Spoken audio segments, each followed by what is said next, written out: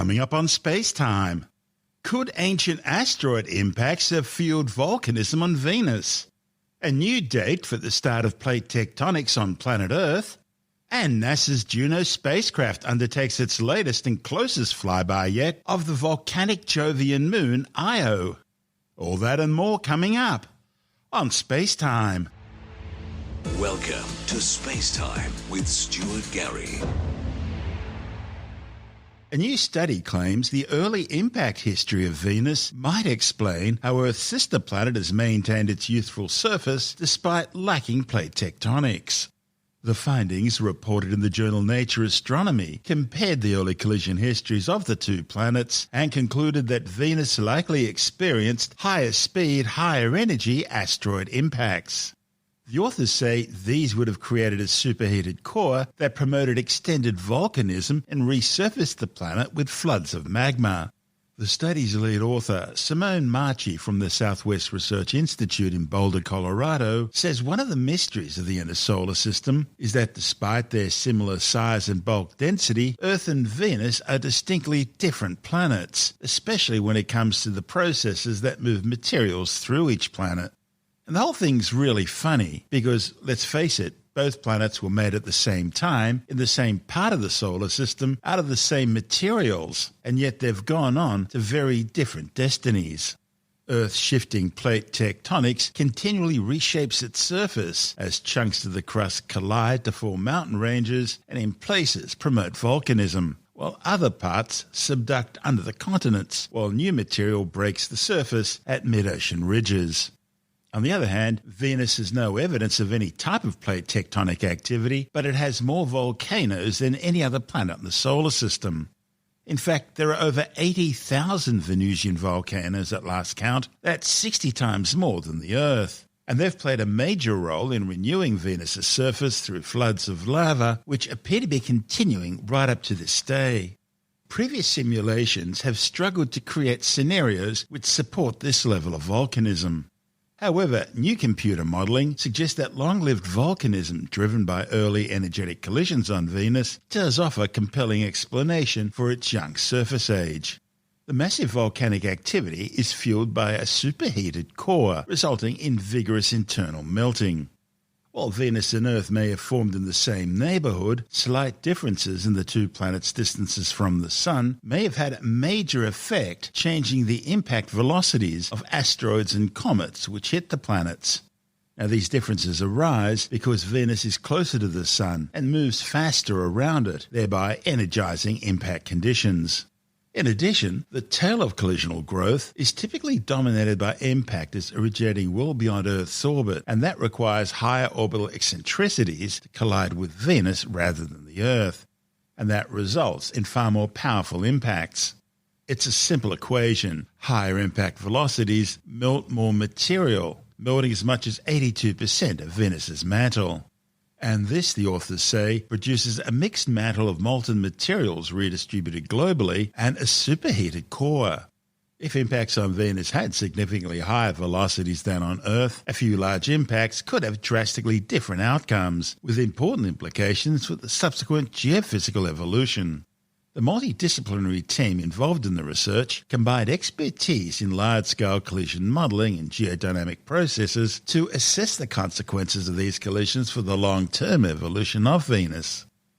Venus's internal conditions aren't well known, and before considering the role of energetic impacts, geodynamical models required special conditions in order to achieve the sort of massive volcanism we see on Venus. But the authors found that once you input high-energy impact scenarios into the model, it easily comes up with the extensive and extended volcanism without needing to tweak the parameters. The new findings come in the wake of NASA's decision to undertake two new missions to Venus, Veritas and Da Vinci, and the European Space Agency isn't left out either. They're planning a new mission to Venus called Envision. We'll keep you informed. This is SpaceTime. Still to come, a new date for the start of plate tectonics on the Earth, and Juno undertakes its closest flyby yet of the volcanic Jovian moon Io. All that and more still to come on SpaceTime.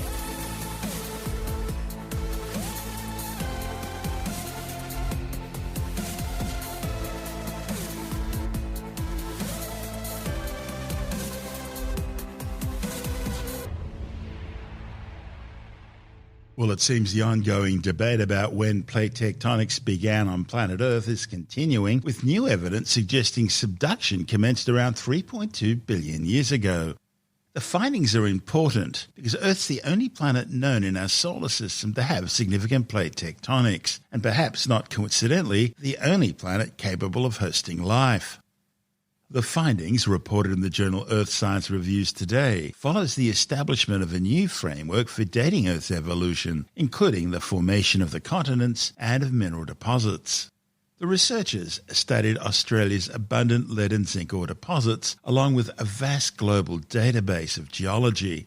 They determined that 3.2 billion years ago was a crucial point in Earth's history, when the planet changed from what was essentially a layer cake structure to a mode of remixing, possibly driven by the start of global-scale plate tectonics, a process which still dominates the Earth system today. The study's lead author, Luc Doucet from Curtin University, says one of the main questions to be answered was when continents as we know them today were first formed. Now, to get an answer, the authors had to first determine when the composition of the continental crust began to differ significantly from the Earth's mantle, where the continental material was extracted from. The challenge was to first understand how the Earth's mantle evolved since the Great Moon Formation impact 4.5 billion years ago. That's when a Mars-sized planet, which scientists have called Theia, collided with the early proto-Earth, turning both bodies into a single molten magma ocean, with some ejected then flung into orbit to form the Moon.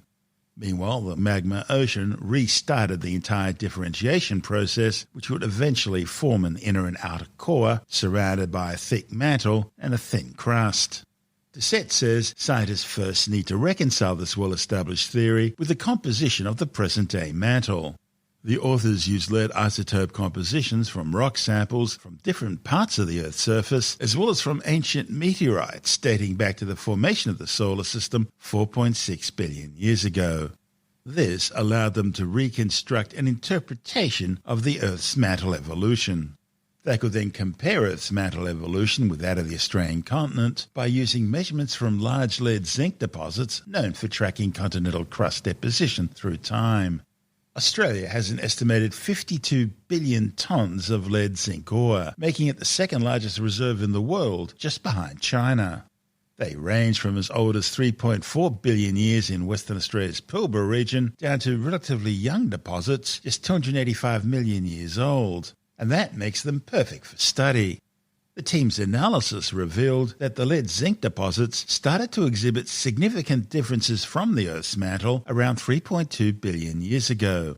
And Doucet says it's this period which is considered to be the point at which plate tectonics began to be the dominant driver of continental formation on the planet. This is a huge debate in the community, and if you look at the recent papers, so basically, as you said, some people think it starts just right away after Earth formed and the Moon is formed, and then there's a paper saying that it can start very, very late, like at the geological timescale, like 500 million years ago, so yeah, very recently. So there's a huge gap when we don't know where it starts. So basically, the idea is to try to find a way to quantify or find a proxy of when you think plate tectonic starts, which is a vast question, right?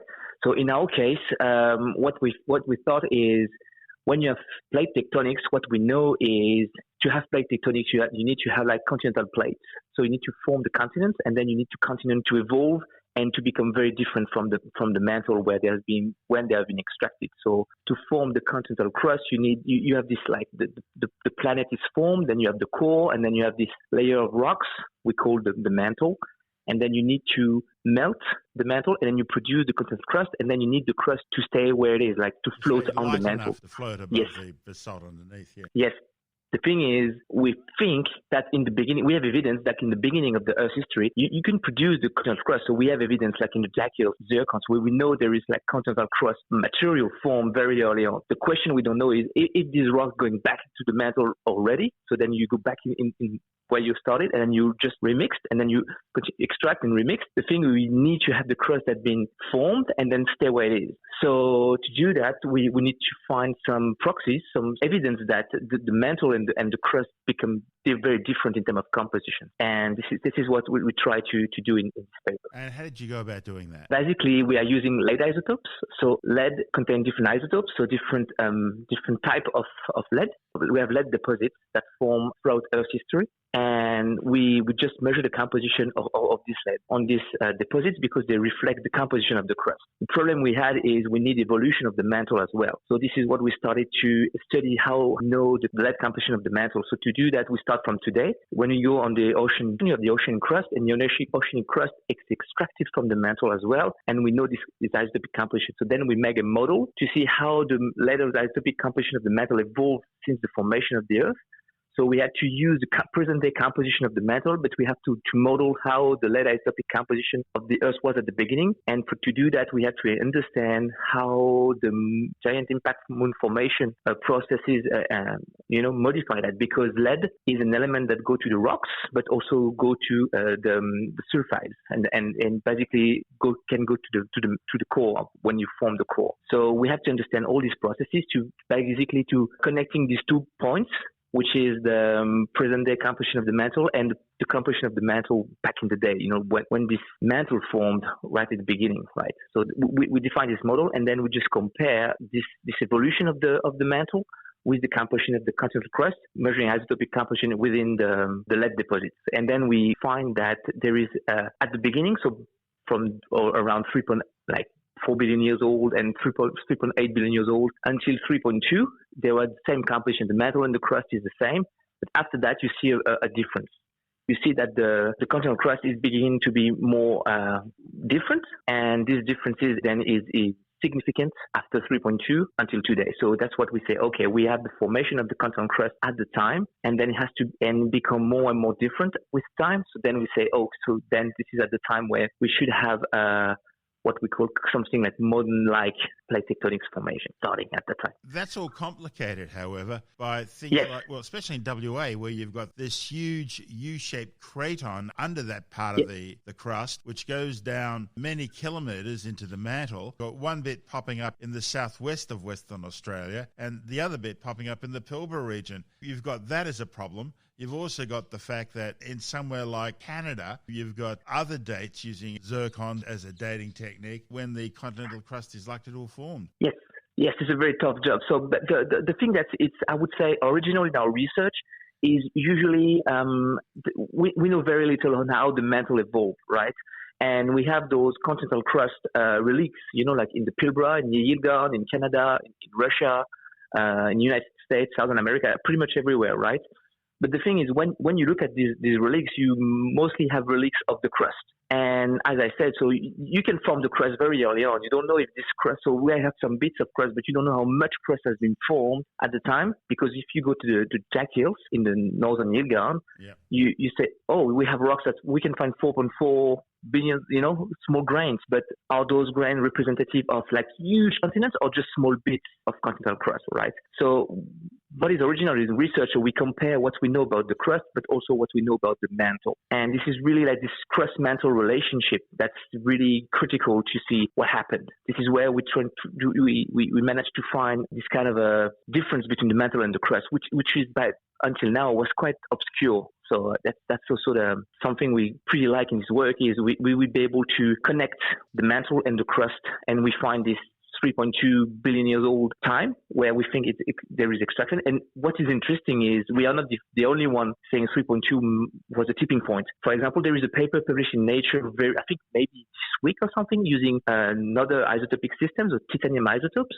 which is a bit novel tool people are using, and they are finding pretty much the same in the same time frame. So they say after 3.5-ish to 3.2, we have a major change in isotopic composition between the crust and the mantle. So this is quite interesting to see that this time period is becoming more and more important in our understanding how plate tectonics and continental crust formed. So there is a line of evidence saying that this time might be the tipping point. We've got planet Earth forming 4.6 billion years ago, and then about 4.5 billion years ago, Theia, a Mars-sized body, slammed into this proto-Earth, and all the differentiation that had taken place up until then, that was all wiped out. The whole thing became one huge molten magma ocean again. And then the differentiation process recommenced at 4.5 billion years. Heavy elements heading towards the center, lighter elements heading towards the surface. And then as it slowly cooled and solidified, we have lots of radioactive elements in there and lots of heat inside the planet. And that then starts this conveyor belt of plate tectonics, which is still going on today. The key word is cooling. I think, right at the beginning, the mantle was so dynamic that everything that got up, maybe some piece would stay there, like in the Pilbara or, very small pieces, but the majority would go down. And at some point, because the Earth is cooling, then the convection in the mantle became like less dynamic, and then it allowed the crust to stay there and then to start to evolve to the crust we know today. Now, you've got samples from one location? So basically in our research, we use the database for the crust. We use the database from the Geoscience Australia, because Australia, it's really cool because there is lead deposits from 3.6 to today, right?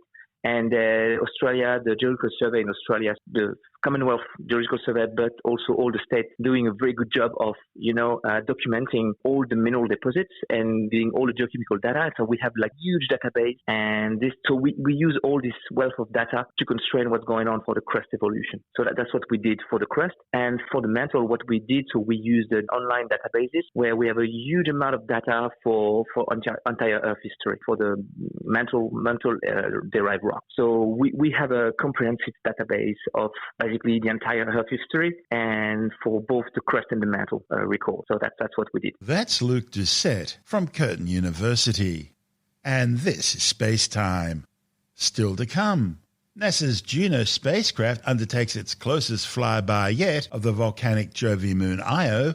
And later in the Science Report, a preliminary analysis by the World Meteorological Organization suggests that July 2023 will be listed as the hottest month on record for planet Earth. All that and more still to come on SpaceTime.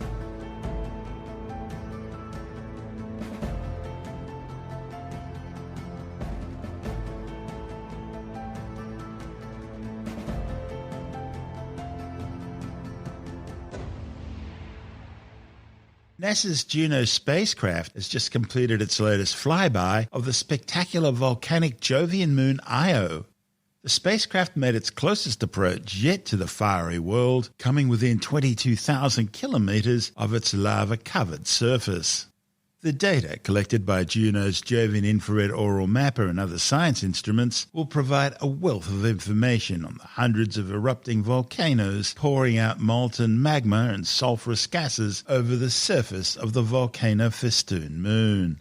Juno principal investigator Scott Bolton from the Southwest Research Institute in San Antonio, Texas, says while the auroral mapper was actually designed to study Jupiter's polar aurora, its ability to identify heat sources is proving indispensable in the hunt for active volcanoes on Io. He says as Juno gets closer with each flyby, the mapper and other science instruments all add to science's library of data on the moon, allowing researchers to not only better resolve surface features, but to understand how they change over time. Launched back in 2011, Juno's been studying the Jovian system since 2016 and has just commenced the third year of its extended mission. In Roman mythology, which of course is rooted from Greek mythology, Juno was the wife and sister goddess of Jupiter.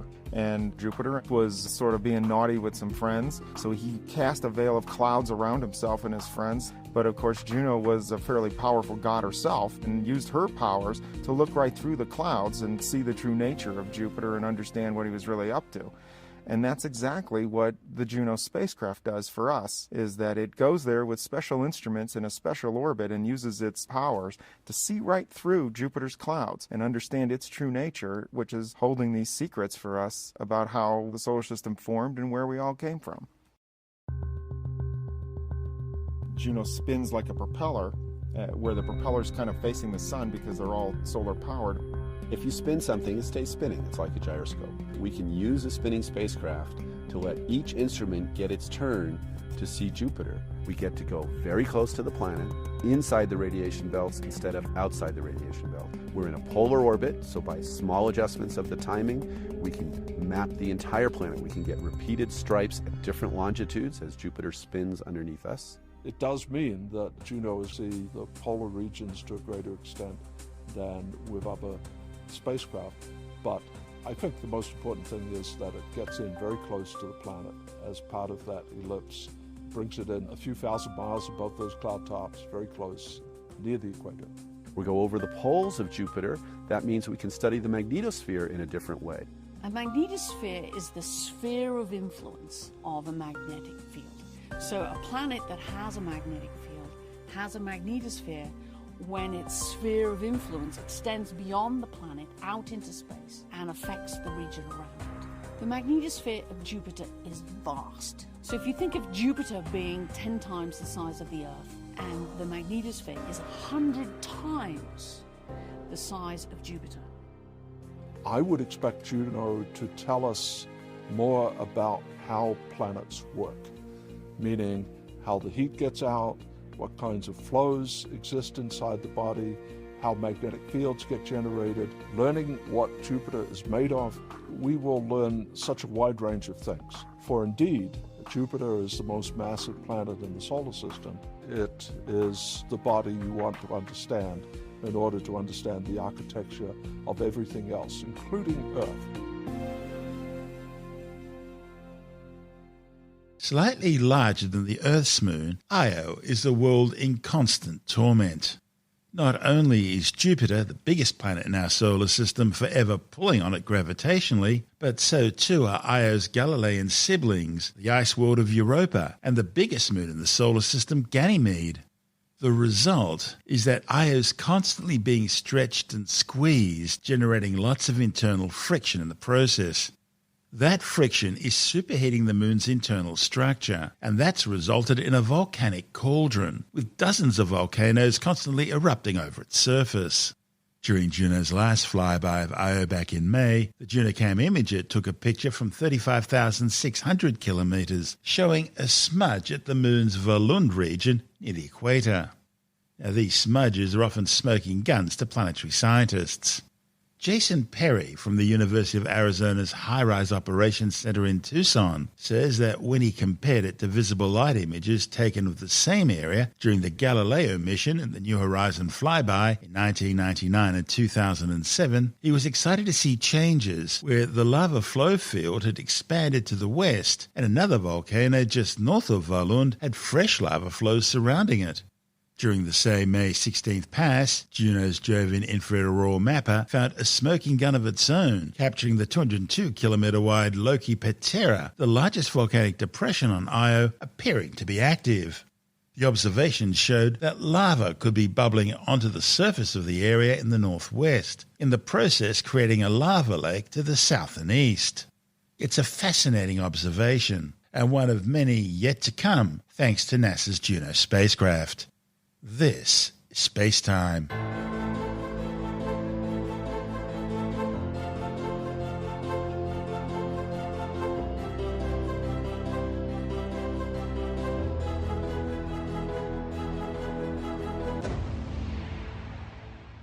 And time now to take a brief look at some of the other stories making news in science this week with the Science Report.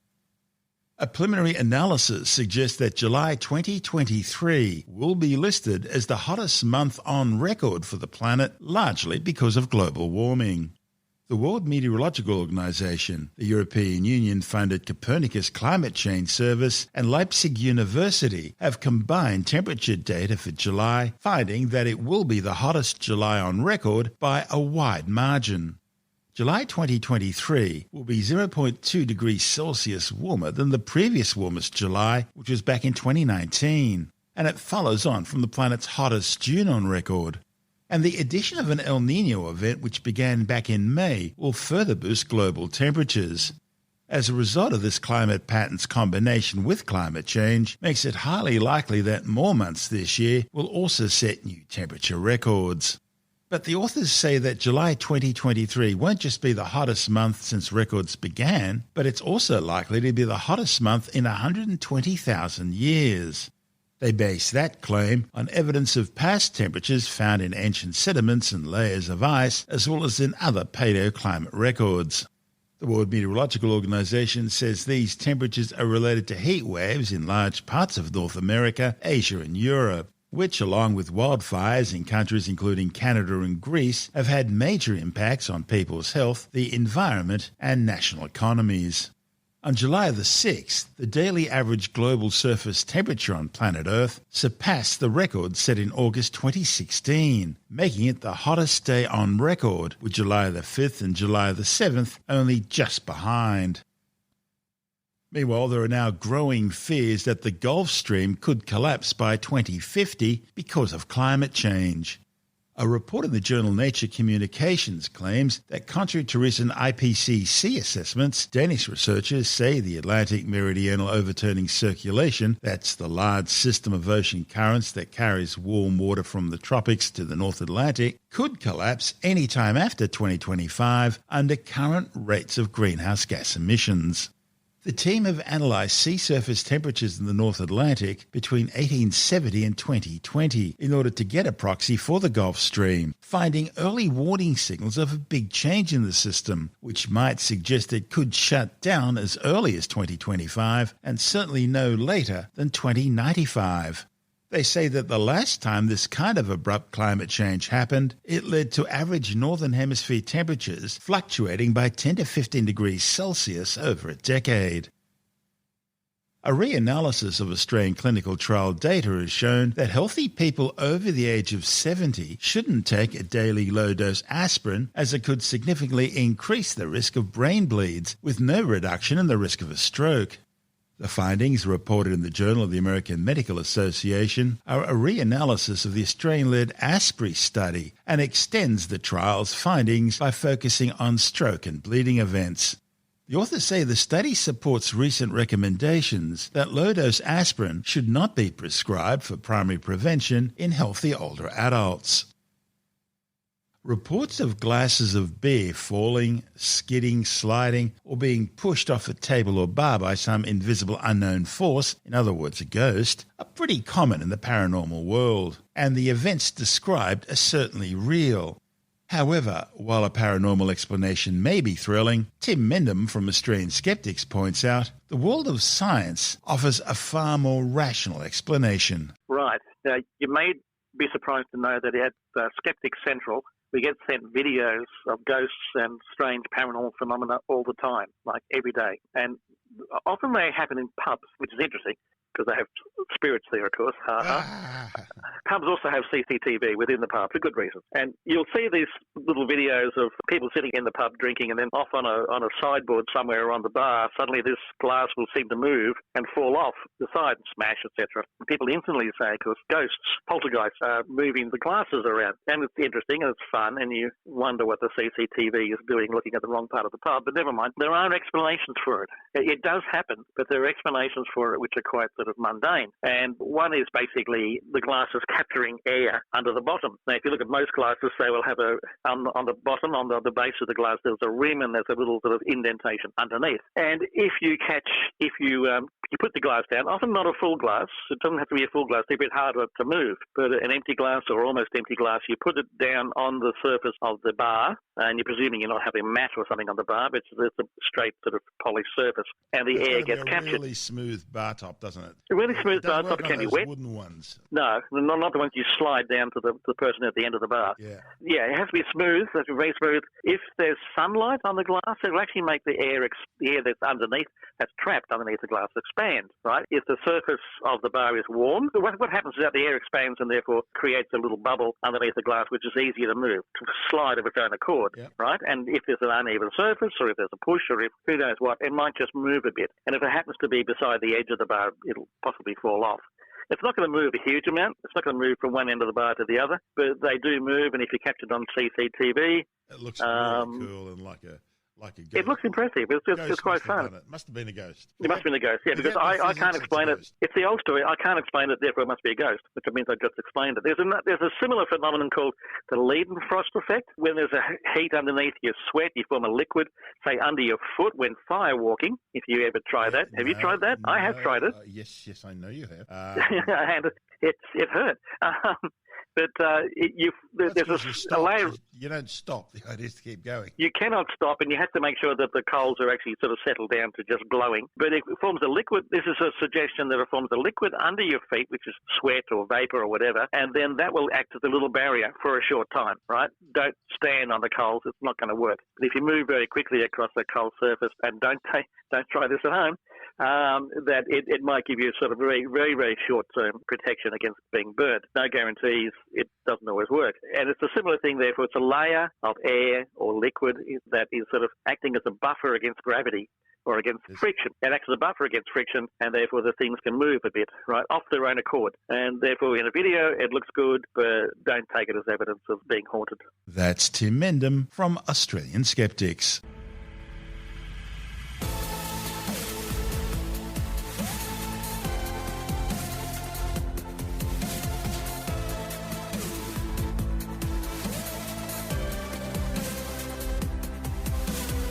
And that's the show for now.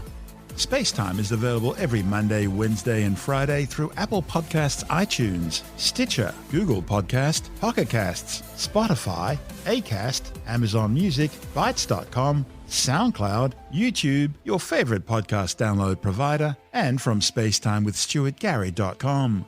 SpaceTime's also broadcast through the National Science Foundation on Science Zone Radio and on both iHeartRadio and TuneIn Radio.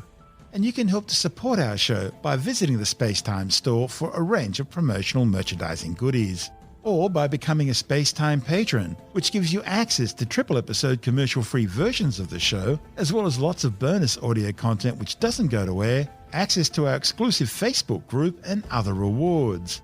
Just go to spacetimewithstuartgary.com for full details.